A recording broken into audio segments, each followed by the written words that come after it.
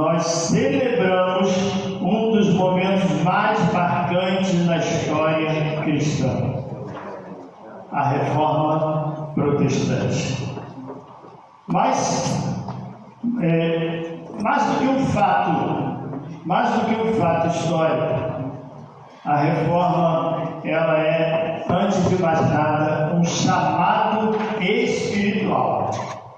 Antes de ser um marco na história do cristianismo, a Reforma, ela precisa estar presente na nossa vida, no nosso coração, como um chamado espiritual. Porque foi assim que aconteceu com Lutero, lá em 1517. E o lembrete de Deus para nós é justamente que Ele não quer uma igreja apenas reformada na sua doutrina. Não. Ele quer uma igreja que esteja em constante reforma no seu coração. Esse é o propósito de Deus para a nossa vida. Então a reforma não terminou em 1517.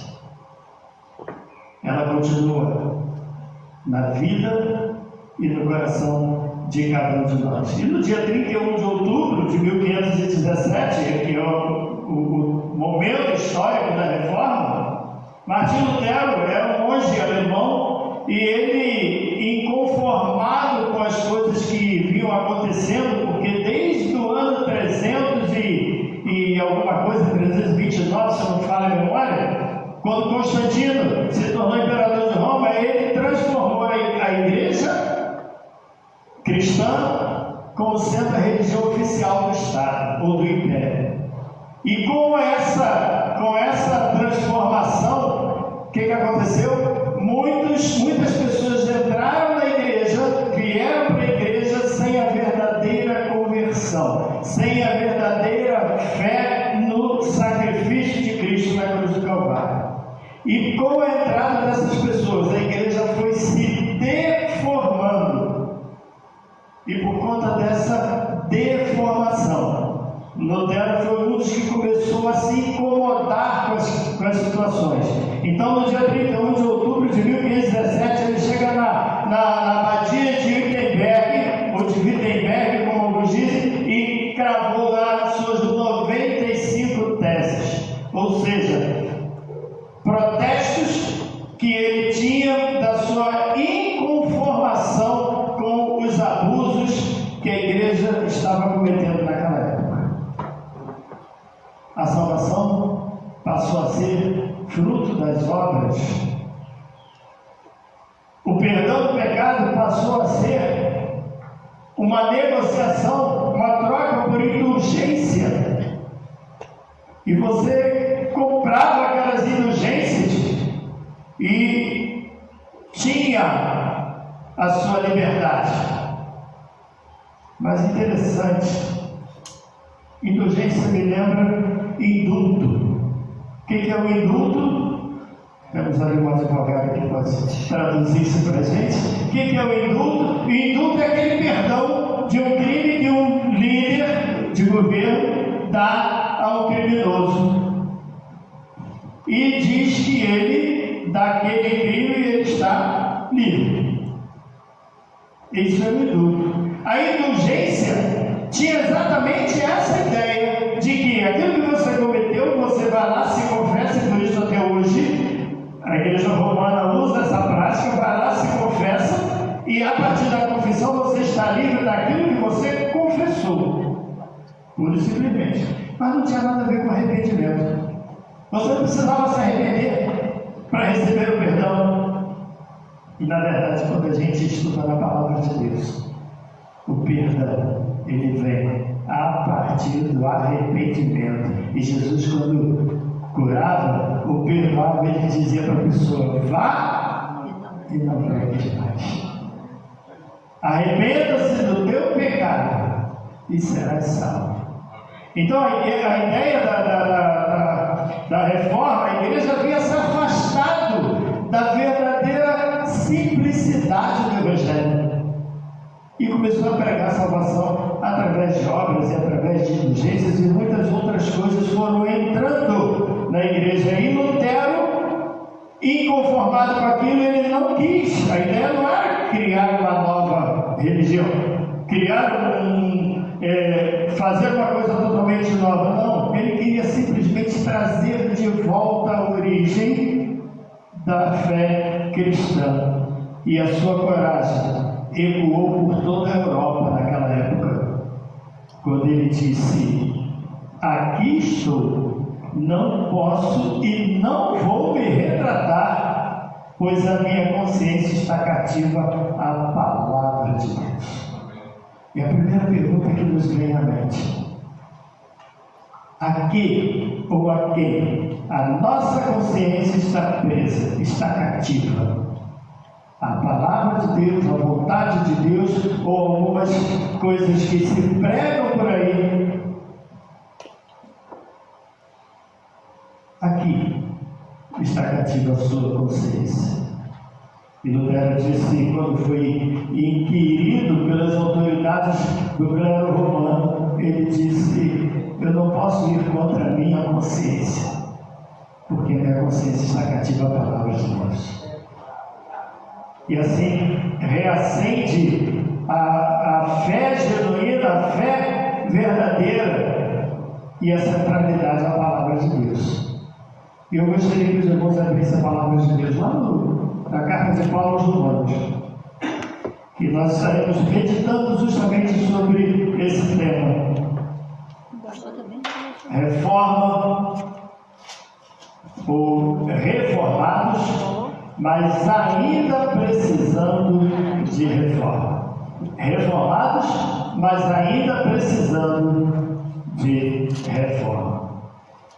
Romanos capítulo 12, versículos 1 e 2, é um texto bastante conhecido de todos nós. E Paulo vai dizer aos romanos o seguinte: rogo-vos, pois, irmãos, pelas misericórdias de Deus, que apresenteis o vosso corpo por sacrifício vivo, santo e agradável a Deus, que é o vosso culto racional. E não vos conformeis com este século, mas transformai-vos pela renovação da vossa mente, para que experimenteis qual seja a boa, agradável e perfeita vontade de Deus.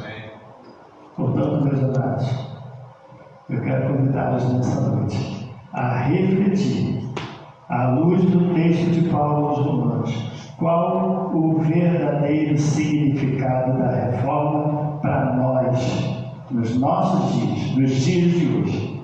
E a primeira coisa que eu trago como reflexão é que reforma, ela começa com entrega total. Não existe reforma sem rendição, sem entrega. O que é rendição? Quando às vezes as autoridades vão atrás de alguém que cometeu um delito e ele se rende, o que é se render? É se entregar. E Deus nos chama, porque nós cometemos delitos contra o Senhor e nós precisamos nos render, precisamos nos entregar para que nós possamos ser alcançados pela graça, ser alcançados pelo perdão a partir do nosso arrependimento. E aí o apóstolo Paulo vai dizer e vai nos chamar a oferecer os nossos corpos, entregar os nossos corpos por sacrifício vivo, santo e agradável a Deus. Naquela época, e bem antes, desde o Antigo Testamento, o sacrifício que gerava o perdão do pecado dependia da morte de um cordeiro lá no altar do sacrifício, e a partir daquele sangue que era derramado ali daquele cordeiro, daquele animal, vinha então o perdão. Então o sacrifício era uma entrega que a pessoa fazia, que o pecador fazia. Ele entregava, mas não entregava a si mesmo, ele entregava um animal, um cordeiro. E Paulo nos chama aqui a entregar o nosso próprio corpo como sacrifício vivo, santo e agradável ao nosso Deus. E antes de escrever as 95 teses, Lutero travava uma verdadeira batalha interna, porque ele buscava paz nas obras, naquilo que estava sendo pregado pela igreja naquela época, e ele não encontrava paz. Ele buscava paz através dos sacrifícios, através das indulgências, e ele não se sentia alcançado pelo perdão. Mas um dia ele abre a palavra de Deus, Romanos 1, versículo 17, e ele lê: o justo viverá pela fé. E ali ele descobre que a graça é um dom de Deus, que o perdão é dado por Deus, não é uma conquista humana. Essa semana nós estávamos na nossa reunião de pequeno grupo e alguém disse: mas como é que eu sendo pecador, eu vou poder ter certeza de que eu vou para o céu? Porque eu continuo sendo pecadora ou pecador? E a gente disse: aí está um grande mistério, porque a salvação não é por mérito nosso. A gente não vai conseguir deixar de pecar para poder receber a salvação. A salvação é dom de Deus, é graça, favor imerecido. E às vezes a gente não consegue entender isso. Então a reforma, ela não existe se não houver rendição. Reforma sem rendição é apenas religiosidade.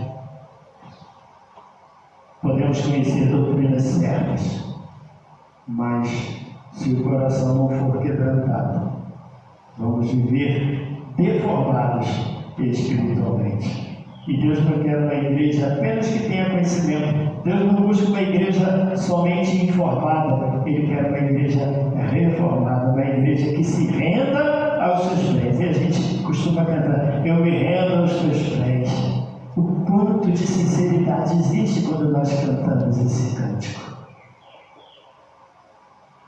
Em segundo lugar, a reforma, ela é resistência espiritual.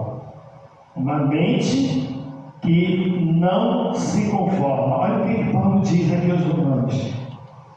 Ele vai dizer: e não vos conformeis com este século, mas transformai-vos pela renovação da vossa mente.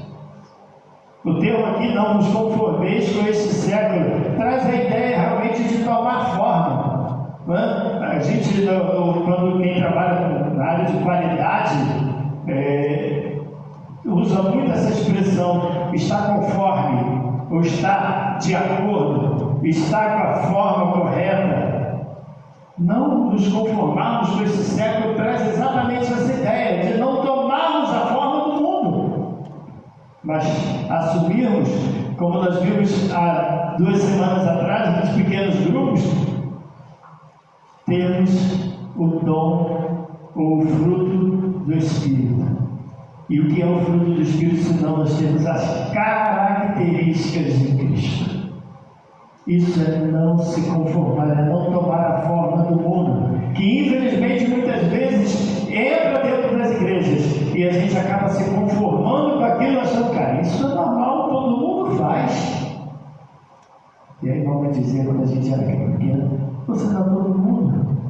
Por que você tem que fazer a mesma coisa? Por que você tem que ter a mesma forma do seu colega, do seu amigo? Não. E Paulo vai nos dizer: não vos conformeis com este século, ou com este mundo. E Lutero então resiste a uma estrutura poderosa do Império Romano, que impunha medo às pessoas, que controlava as pessoas, e tinha que ser daquele jeito. Mas a sua consciência, disse ele, estava cativa à palavra de Deus. Semelhante aos apóstolos, Pedro, quando foram libertos e tiveram a ordem: vá, mas não fale mais desse Deus. E Pedro disse: importa desobedecer a Deus do que aos homens. Que essa seja a nossa postura de resistir ao mundo moderno, de resistir à pressão que hoje não vem mais de Roma para a gente. A pressão que vem para a gente hoje está aqui, na rua. ambiente onde a gente vive.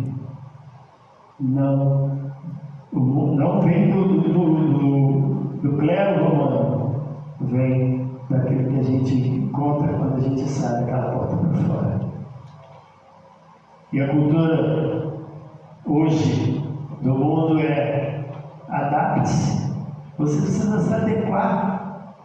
As coisas mudaram, nós vivemos uma nova era, e o Evangelho vai dizer para você: transforme-se. Não é para você se adaptar, é para você se manter transformando a cada dia na sua vida. E uma igreja reformada não é uma igreja moderna. A igreja reformada, ela é uma igreja fiel à palavra de Deus. Reforma é dizer: Senhor, ainda que o mundo mude, a tua palavra permanece, e ela é a minha regra de fé e de prática. De fé, porque eu tenho certeza que é a tua palavra, e de prática, porque é dela que eu vou viver. Isso é reforma. Em terceiro lugar, reforma é um processo contínuo. Não é uma coisa instantânea, não é um evento que acontece. Não, a reforma não é apenas o momento da conversão, o momento da nossa pública profissão de fé, do nosso batismo. Reforma não é a participação da ceia cada mês. Reforma é um processo contínuo na vida da gente. Por isso, reformados, mas precisando de reforma. A cada dia na nossa vida nós somos desafiados pelo mundo a nos adaptar a ele, mas ao mesmo tempo nós somos desafiados por Deus a nos transformarmos pela renovação da nossa mente. Então, o verbo transformar-vos aqui, ele vem do presente contínuo. É algo que não tem pausa, é constante, é contínuo. Ou seja, continuem sendo transformados. Essa é a vontade de Deus para a nossa vida. Podemos às vezes cantar hinos reformados e não demonstrarmos isso na nossa vida. Mantermos uma vida, vivemos uma vida deformada.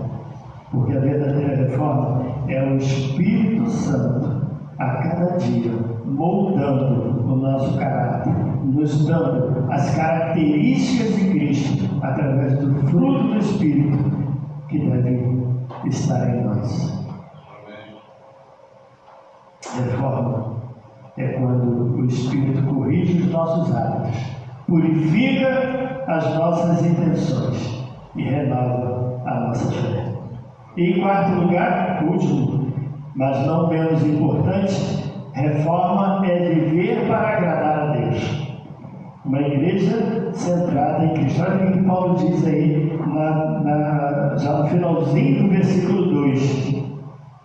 Para que experimenteis qual seja a boa, agradável e perfeita vontade de Deus. O resultado da reforma, o resultado da renovação é experimentar a vontade de Deus na nossa vida a cada dia. E aí, a reforma, a gente entende que não foi uma revolta diante do que estava acontecendo.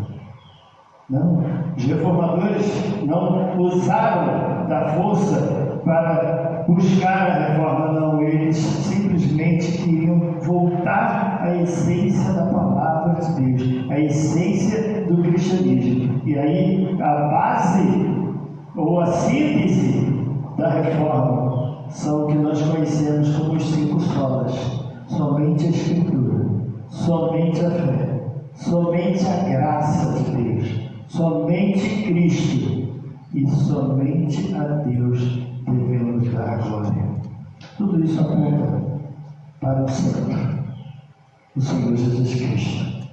E quando a igreja perde o foco, quando a igreja deixa de olhar para Cristo, ela perde a razão de existir. Quando a igreja deixa de se espelhar no Senhor Jesus, ela vai ser deformada e não reformada. Reforma é colocar Cristo de volta no centro das nossas vidas, no centro do culto, no centro da nossa pregação, no centro da nossa família, no nosso lar, no centro da nossa vida.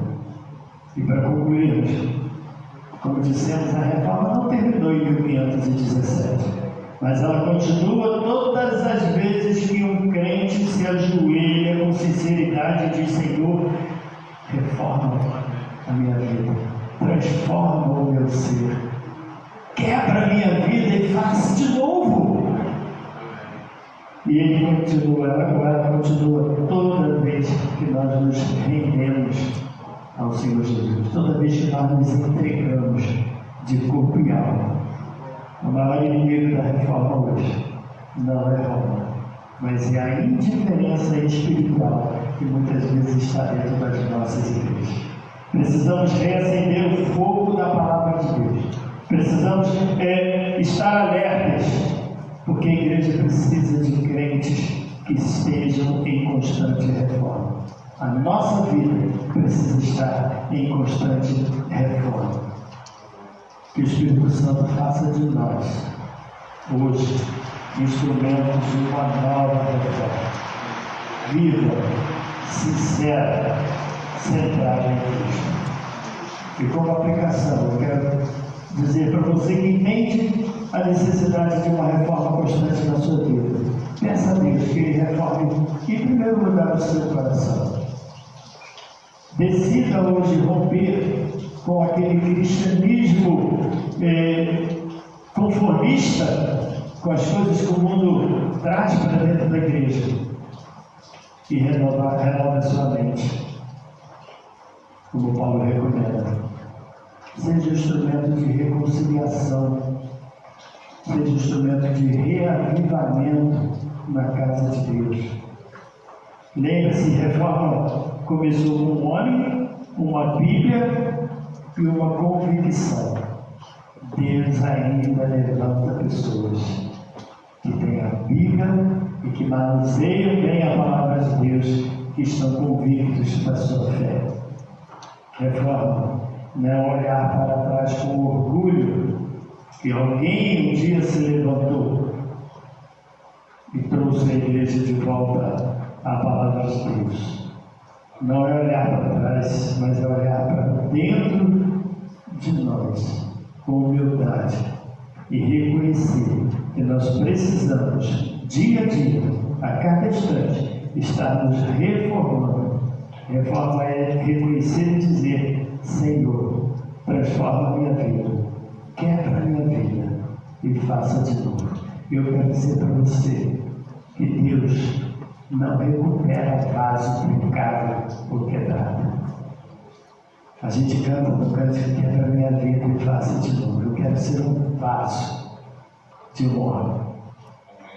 Deus vai moer aquele vaso, aqueles cacos quebrados, e transformar em pó novamente. E dali Ele vai fazer um vaso novo.